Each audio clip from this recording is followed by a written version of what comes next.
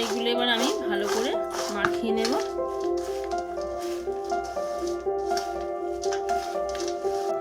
দেখুন বন্ধুরা কতটা সুন্দর হয়েছে। নমস্কার বন্ধুরা, আজ আমি ঝুরি আলু ভাজা করে দেখাবো। তার জন্য এরকম বড় বড় সাইজের আলু নিয়েছি। আলুটাকে এরকম লম্বাভাবে নিতে হবে, আর এরকম ছিলা আছে, এরকম আছে। আমি একটু বড় বড় সাইজের করব, সেই জন্য আমি বড় বড় করে ঠিক এইভাবে ধরে একভাবে করবেন, উপর নিচ এরকম করবেন না, তাহলে দেখতে সুন্দর লাগবে না। এইভাবে এইভাবে করবেন, এই যে এরকম করবেন।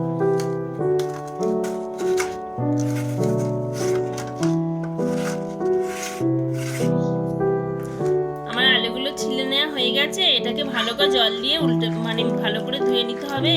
যতক্ষণ না এর কষটা চলে যায় ততক্ষণ এটাকে ভালো করে চটকে চটকে ধুয়ে 2-3 বার ধরে জল পাল্টে পাল্টে নিতে হবে।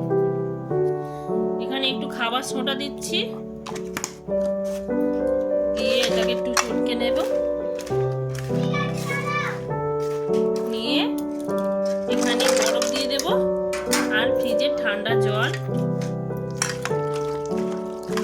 দিয়ে আমি আধ ঘন্টার জন্য ভিজিয়ে রাখবো। আমার আধ ঘন্টা হয়ে গেছে। আমি এবার একটা ঝাঁঝরা নিয়েছি। আমি এখানে ঝাঁঝরার উপর আমি একটা এরকম কাপড় দিয়ে দিচ্ছি। এবার এগুলোকে ভালো করে চটকে চটকে নিগড়ে নিতে জল ঝরিয়ে নিতে হবে, যাতে না একটুও জল থাকে।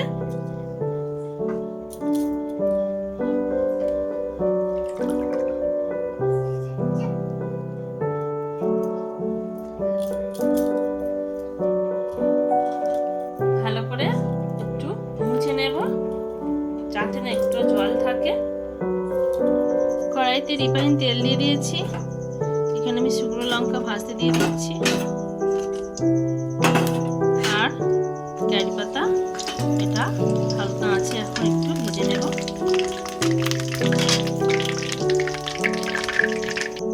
আমার কারি পাতা লঙ্কাগুলো ভাজা হয়ে গেছে, আমি তুলে নিচ্ছি।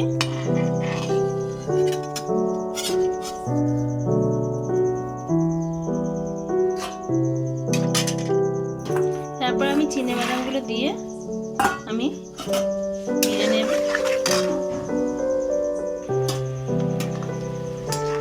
বাদামগুলো ভাজা হয়ে গেছে, বাদামগুলো তুলে নেব। তেলটা হাই হিটে দিয়েছি, দিয়ে আমার এই আলুর মধ্যে একটু আর জল নেই। আমি এই আলুগুলো দেব, দিয়ে অল্প অল্প করে ভেজে নেবো।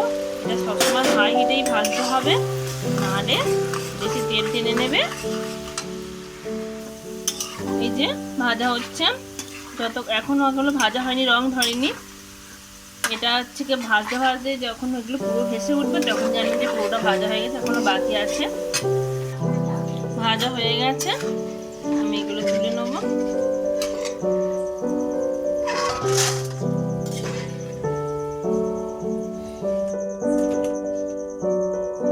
আবার আমি দিয়ে দিচ্ছি। দেখুন বন্ধুরা, আমার সবকটা হয়ে গেছে। হ্যাঁ দেখুন, শুনিয়ে বুঝতে পারছেন কত মজমজা হয়েছে। আমি এবারে এখানে আমার আগে থেকে যেগুলো ভাজা ছিল, বাদাম, কারি পাতা আর লঙ্কা, এখানে সামান্য একটু চাট মশলা নিয়েছি, আর একটু আমি বিট লবণ নেব। বিট লবণটা দিলে টেস্ট হবে, কারণ আমি আগে লবণ দিইনি, সেই জন্য একটু বিট লবণ দিলাম। আর এই মশলা